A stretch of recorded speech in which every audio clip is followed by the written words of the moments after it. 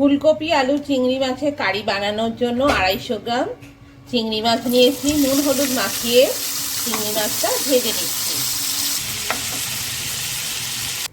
চিংড়ি মাছ ভাজার তেলেই ফুলকপিটা ভেজে নিচ্ছি নুন হলুদ মাখিয়ে। ফুলকপি বেশ কিছুটা ভাজা হয়ে গেছে।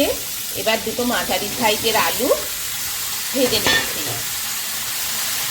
ফুলকপি আলু চিংড়ি মাছের কারি বানানোর জন্য একটা মাঝারি সাইজের ফুলকপি আর দুটো মাঝারি সাইজের আলু নিয়ে ভালোভাবে সর্ষের তেলে ভেজে নিচ্ছি।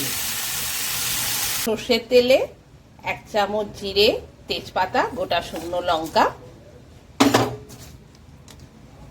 দিয়ে দিলাম। পেঁয়াজ, টমেটো, কাঁচা লঙ্কা ভালোভাবে ভাজা হয়ে গেছে। এবার আদা রসুন বাটা 2 চামচ দিয়ে দিলাম। পেঁয়াজ, টমেটো, আদা রসুন বাটা সব ভালোভাবে একসাথে ভাজা হয়ে যাওয়ার পর লঙ্কা গুঁড়ো, হলুদ গুঁড়ো, জিরে গুঁড়ো, নুন 1 চামচ করে নিয়েছি দিয়ে দিলাম। অল্প একটু জল দিয়ে দিলাম। সব মশলা একসাথে ভালোভাবে ভাজা হয়ে গেল।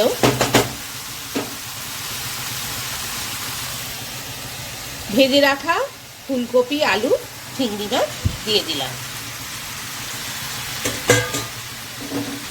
দিয়ে এবার সব মশলার সাথে ভালোভাবে মিশিয়ে নিচ্ছি। ফুলকপি আলু চিংড়ি মাছ সব মশলার সাথে একসাথে ভালোভাবে রান্না করা হয়ে গেছে। এবার জল দিয়ে দিচ্ছি। এবার পরিমাণ মতো জল দিয়ে ঢাকনা দিয়ে দিচ্ছি। মিনিট 10 রান্না হতে দেব। মিনিট 10 হয়ে গেছে। কড়াইয়ে ঢাকনা খুলছি। আলু চিংড়ি মাছের কারি রেডি গরম গরম পরিবেশনের জন্য। গরম মশলা গুঁড়ো নিয়েছি দিয়ে দিলাম।